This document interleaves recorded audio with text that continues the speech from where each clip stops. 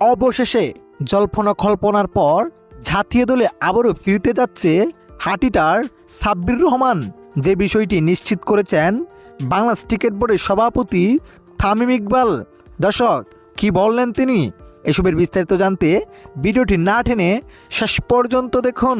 দর্শক, অনেক দিন ধরেই জাতীয় দলের বাইরে রয়েছে একসময় হাটিটার ব্যাটসম্যান সাব্বির রহমান।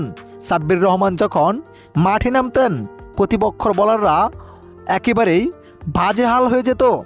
এই ব্যাটসম্যান এখন আর নিয়মিত নেই জাতীয় দলে, তাই তো তাকে একটি সুযোগ দেওয়ার পরিকল্পনা করলেন তামিম ইকবাল, যেখানে সাব্বির রহমানকে নিয়ে বলেন তিনি, আমি ভেবেছি সাব্বির রহমানকে নিয়ে তাকে একটা সুযোগ দেওয়া দরকার।